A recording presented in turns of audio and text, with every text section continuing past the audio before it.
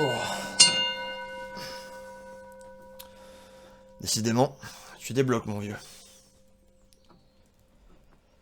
Ça ne vous arrive jamais de faire des rêves étranges dans lesquels vous vous perdez? Ça m'arrive de plus en plus en ce moment. Ah, et ma vieille amie. Elle sera bientôt là. Je devrais mettre de l'ordre dans mes idées. Et je vais vous raconter. Ça m'aidera sûrement. C'était un enfant très capricieux et jaloux. Et pourtant, il était aimé, ce petit. Et décidément, il ne manquait de rien. Et il faut croire que cela ne lui suffisait pas. Vous allez voir ça. Un jour, alors qu'il se promenait dans la forêt de Ulgoat, Victor entendit des cris.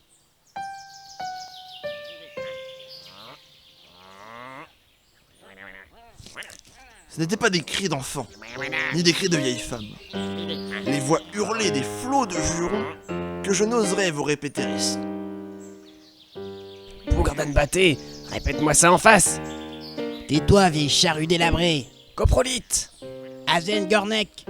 Des corrigans. Ces deux petits êtres de la forêt, pas plus haut que 2 pieds, se montraient face au petit garçon.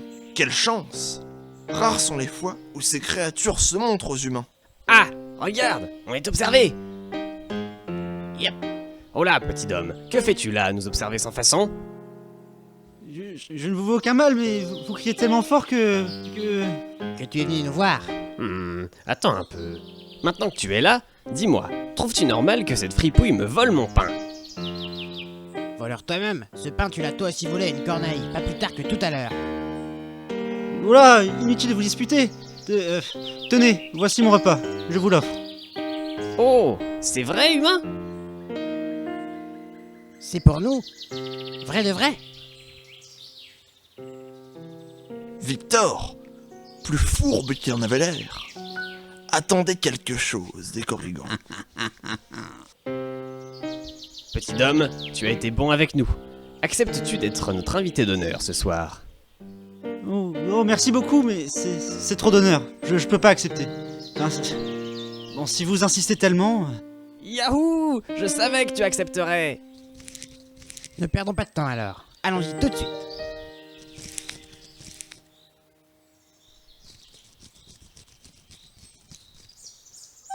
Porte du royaume, notre cher Passepartout, sors de l'ombre noire et montre-toi à nous.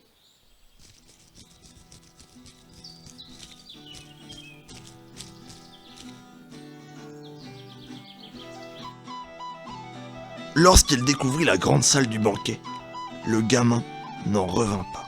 Jamais il n'avait vu une si grande salle d'une pareille beauté. Sur la table du banquet, en guise de décoration, il y avait des diamants parsemés. Et, au lieu de profiter de la fête, il chercha à en mettre le plus possible dans ses poches, sans être remarqué. Mais, au bout du 3e diamant, un corrigan lui bondit dessus et mit sa main dans la poche et en sortit 2 gros diamants. Sale petite vermine! Comment oses-tu nous piller, nous qui t'avons si chaleureusement accueillis? Accueilli! Je ne vois pas de quoi vous parlez. On t'a vu sur les chouettes de surveillance! De surveillance! Ah, mais on m'a piégé. Quelqu'un a dû les mettre dans ma poche. Il n'y a pas d'erreur. On pensait que tu étais un garçon humble et généreux, mais tu nous as dupés. Attrapez-le! Attrapez-le! Mais, vous partez et vous l'attrapez! Ah, ok. Ah, d'accord. J'ai pas compris ça comme ça.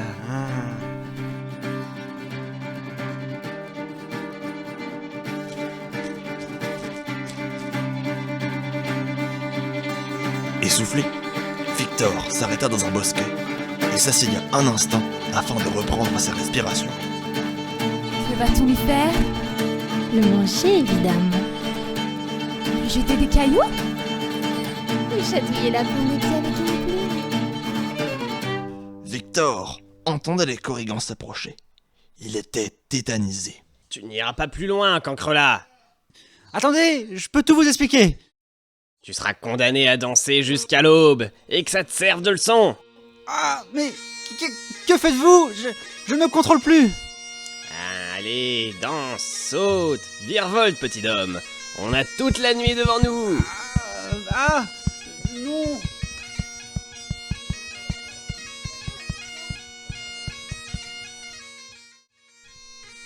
Victor passa alors la pire nuit de sa vie. Il n'en pouvait plus de danser. Petit homme, que ça te serve de leçon. Rends-toi compte de ce que tu possèdes déjà. Tu n'es pas le plus à plaindre. Qu'on ne te reprenne plus à voler. Et croyez-moi, cette leçon, Victor s'en est souvenu toute sa vie. Toute sa vie.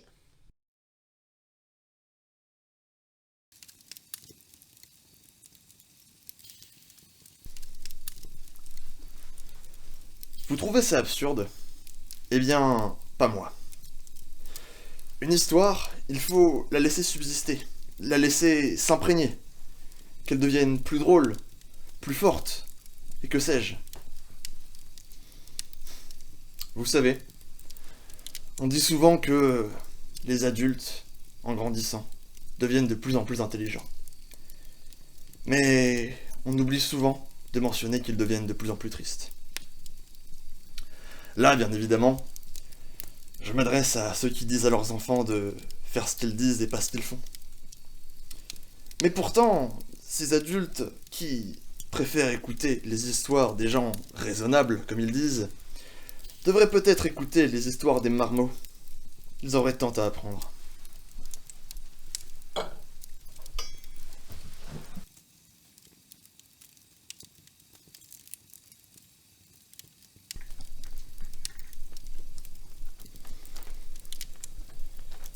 Ce n'est pas vraiment important que l'histoire soit réelle ou non. Inventée ou réelle, ça ne fait aucune différence. Tout le monde a déjà été attiré par le péché. Et je vais vous raconter une histoire. Celle du diable et d'un homme vêtu de haillons. C'est l'histoire d'un jeune homme. Un jeune homme qui a passé sa vie entière à aider les autres, avec une foi aveugle en son prochain, encore plus qu'en Dieu le Père. Il était le passeur de l'Ennesgroé, l'île de Groix, celui qui permettait aux paysans de transporter leurs récoltes et aux pêcheurs de ramener leurs marées, de l'Orient jusque dans tout le Broiro et Morvan. Dans toute la contrée, on le connaissait pour sa gentillesse et sa bonne humeur. Imaginez le bonheur que pouvaient ressentir les familles heureuses de retrouver les marins, les cales du navire pleines de poissons, de grains et de cidre. Mais je vous le dis, mesdames et messieurs, de toute sa vie, jamais personne ne souffrira autant que ce jeune homme. Car un jour, lors d'une tempête, son navire se brisa contre les murailles de la forteresse de Port-Louis alors qu'il s'apprêtait à quitter le port.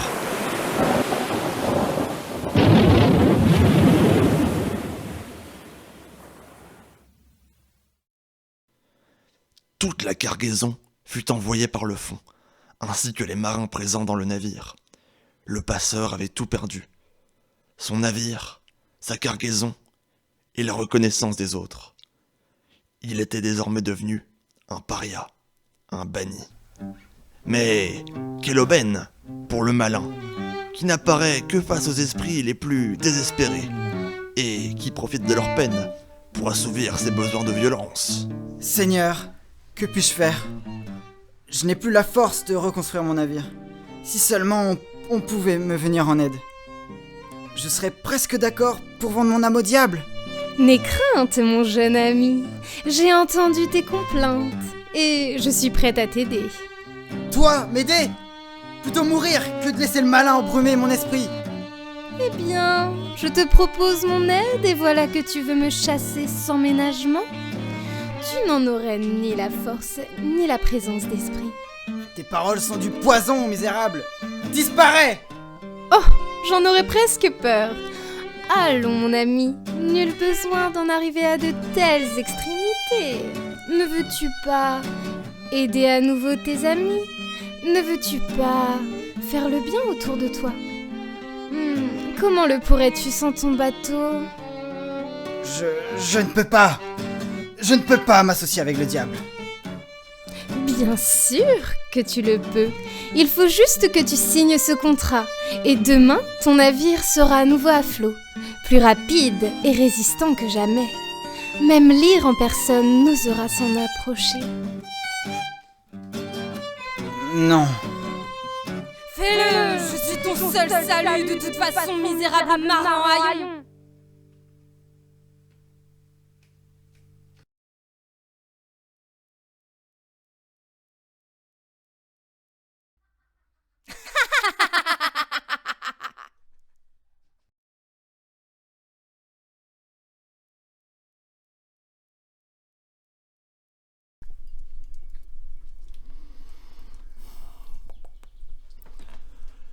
L'homme venait de signer le pacte interdit, le Diaulfer.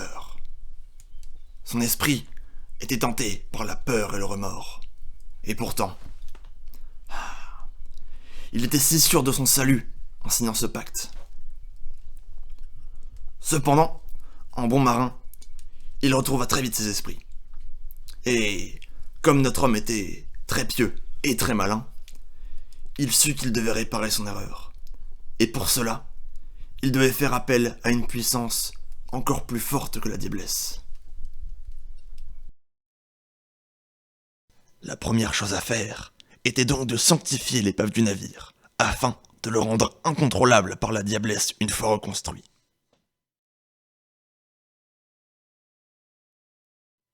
Et dès le lendemain matin, le bateau avait retrouvé son éclat. Ah, voilà qui la fière allure, mon navire petit passeur. Comme j'ai hâte de l'essayer, tu n'as même pas idée. C'est vrai, Diaoulez. Il est vraiment magnifique, encore plus beau qu'avant. J'ai d'ailleurs une proposition à vous faire pour vous en délecter davantage lorsque je vous laisserai la barre. Parle, mortel, je t'écoute. Mais ne me fais pas perdre mon temps. Depuis bien longtemps, il est coutume pour les navires qui partent de l'Orient de donner un coup de canon lorsqu'ils passent devant l'église de Notre-Dame de l'Armor, ce afin de saluer le doué fondateur. La légende dit qu'un malheur arriverait si un jour un bateau dérogeait à cette règle. Encore votre Dieu le Père, n'est-ce pas? Comme je m'en moque de tes histoires de croyants. Justement, Altesse, et si vous faisiez ce que défend cette légende pour asseoir votre toute-puissance? Si vous méprisez autant le doué Bénéguette, riez-lui au nez, le plus fort possible. Eh bien, je n'imaginais pas autant de ruses de ta part, mortel. Voilà qui est une excellente idée. C'est d'accord, passeur, nous allons le faire. Nous allons profaner votre rade. Je n'en attendais pas moins de vous, Altesse. Ma maîtresse, regardez, voilà l'église de l'Armor. Nous nous apprêtons à la dépasser. N'y prête même pas attention, passeur, car ton Dieu t'a abandonné depuis longtemps. Donne-moi plutôt la barre. J'ai peut-être omis de vous parler d'une chose sur cette légende, Seigneur Diaoul. Que dis-tu? Un jour, un navire nordique ne s'est pas donné la peine de saluer la Dame de l'Armor et a quitté le port sans donner son tonnerre. Il a disparu avec ses 200 hommes d'équipage au large de Groix, inexplicablement. Fort inintéressant ton histoire, petit air. Est-ce censé me faire peur? Ah, mais que se passe-t-il? Je ne peux pas contrôler le navire. Qu'as-tu fait? Rien d'autre que mon devoir, cher Diaoulez. Tu m'as piégé. Petit pourceau, tu ne t'en tireras pas comme ça. Je te saignerai à mort. Vous ne devriez pas ignorer les conseils et mépriser les croyances des autres, Diaoul. Sachez que depuis que l'église de l'Armor existe, sa devise est bon vent à qui me salue.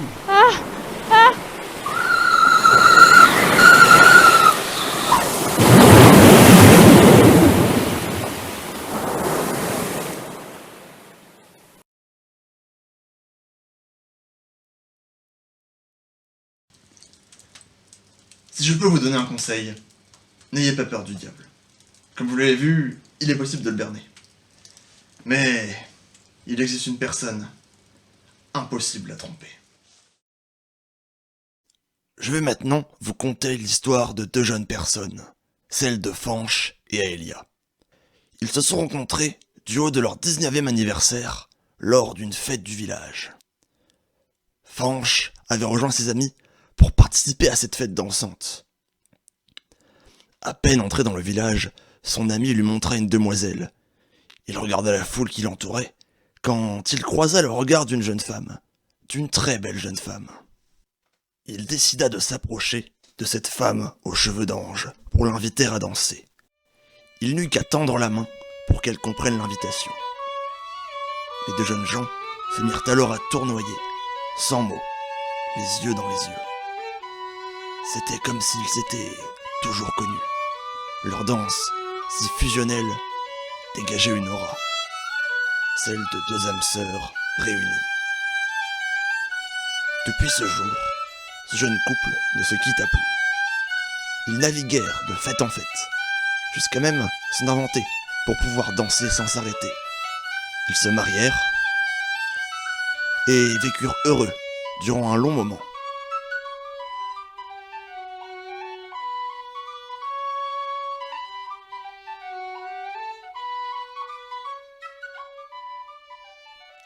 Mais pas tout à fait comme dans les contes de fées. Hélas, peu après avoir fêté leur noces de rubis, Aelia tomba malade, et sa santé se mit à se dégrader, jusqu'à ne plus pouvoir danser.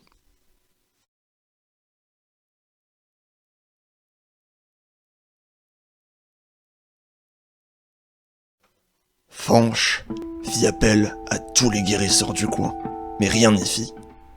Aelia s'affaiblissait de jour en jour. Chaque soir, le grincement macabre de la charrette de l'encou s'amplifiait dans sa tête.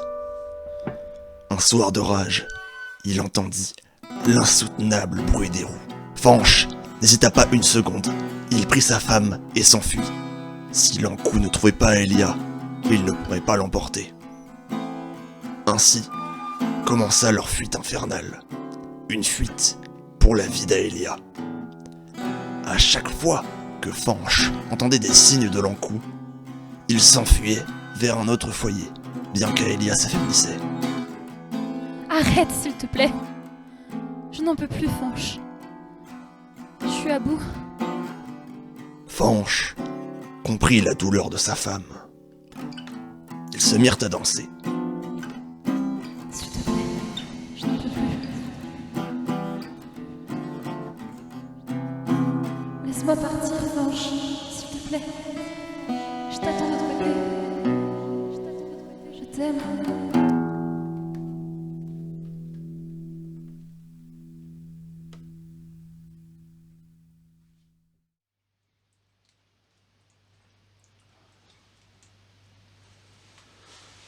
Mes chers amis, je vais devoir vous quitter. On dirait bien que mon ami est arrivé. Cependant, je vous remercie. Je vous remercie de m'avoir écouté et de m'avoir laissé partager ces histoires.